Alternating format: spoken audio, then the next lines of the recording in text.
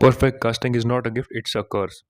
And why is that, let's talk about it. Video शुरू होने से पहले सबसे इंपॉर्टेंट बात, इस वीडियो में मैं सिर्फ बातें करने वाला हूँ।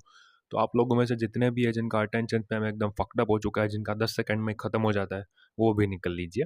ओके, सो बात करें परफेक्ट कास्टिंग की, तो आदि पुरुष में हमने देख ली जो हुआ कि प्रभास को as a lord Ram portray करने का नतीजा क्या था। उनको हमने बाहुबली के रोल में इतना देख लिया है, मतलब बाहुबली 1 और 2 तो एक बार ही रिलीज हुई, मतलब बाहुबली 1 और 2 में उन्होंने बहुत परफेक्टली एक्टिंग करी थी, लेकिन हमने उनको इतना नॉर्मलाइज कर दिया है कि प्रभास यानी बाहुबली, हम एक्सपेक्टेशन सेट हो चुकी है कि प्रभास यानी बाहुबली, प्रभास को हम प्रभास नहीं एज अ बाहुबली ट्रीट करने लगे हैं। सिर्फ इतना ही नहीं, बाहुबली 1 और 2 बनने में एस राजामौली और पूरी टीम को 5 साल लगे थे, यानी ऑब्वियसली प्रभास ने भी 5 साल बिताए होंगे बाहुबली के कैरेक्टर में। तो जब आप एक कैरेक्टर को इतना टाइम देते हो तो ना चाहते हुए भी सबकॉन्शियसली वो आपके अंदर बैठ जाता है।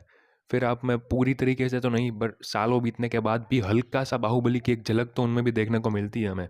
चाहे हम आदि पुरुष की बात करें, चाहे साहो की बात करें, या एट्सेट्रा किसी भी कैरेक्टर की बात करें, तो उसमें हल्की सी बाहुबली की बॉडी लैंग्वेज हमें देखने को मिलती है। बाद प्रभास ने जितनी भी डिफरेंट चीज़ें ट्राई करी हमने एक्सेप्ट नहीं किया, जैसे कि साहो हो गई, राधे श्याम हो गई, कल्कि हो गई, सब ने कितने कमेंट्स पास करे, वो ऐसा लग रहा है, वो वैसा लग रहा है। जैसा मैंने कहा, परफेक्ट कास्टिंग। जैसे आदि पुरुष फेल हुई, वैसे मैं बात कर रहा हूँ दूसरी मूवीज़ की।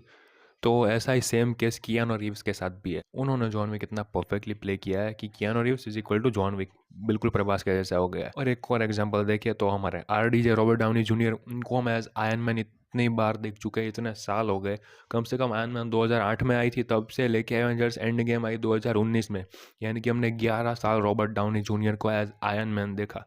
तो हमारी आंखें भी एक आदत सी हो गई, और उनको भी कैरेक्टर पोर्ट्रे करने की आदत सी हो गई है। तो हमारे लिए RDJ यानी आयरन मैन, और किसी कैरेक्टर में हम उनको एक्सेप्ट कर ही नहीं सकते। कितने ऐसे एग्जाम्पल है, जैसे कि Christian Bale, Henry Cavill, India में भी बहुत सारे कैरेक्टर्स हैं।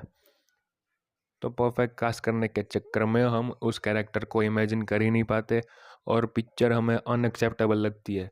तो परफेक्ट कास्टिंग के पीछे नहीं भागना चाहिए, जो एक्टर अच्छी एक्टिंग करता है उसको उस हिसाब से रोल देना चाहिए। जैसा कि अभी नीतीश तिवारी सर की रामायण में हो रहा है, उन्होंने लक्ष्मण के रोल में रवि दुबे जी को लिया है, जो कि एक ब्रिलियंट टीवी एक्टर है। टीवी के एक्टर है तो बॉलीवुड से नीचे लेवल के हो गए, ऐसा नहीं है। उनको एक्टिंग अच्छे से आती है, सिर्फ उनको अच्छा प्लेटफॉर्म नहीं मिला। तो ऐसा करके हम एक परफेक्ट मूवी तो बना सकते हैं, लेकिन परफेक्ट कास्टिंग का सपना देखना ये बहुत गलत बात है। और अगर आप एक सुपरस्टार को कोई रोल उसके फैंस के लिए देना चाहते हो, मतलब उसका फैंडम देख के दे रहे हो कि इसके इतने फैंस हैं, यानी ये इतने फुटफॉल्स थिएटर में कराएगा, तो वो बहुत गलत है। जैसे आदि पुरुष में हुआ अगेन, कि प्रभु श्री राम के रोल में प्रभास को लिया गया, लेकिन वो बिल्कुल सूट नहीं कर रहे थे, तो वो उस बॉडी लैंग्वेज को अडॉप्ट कर पाए।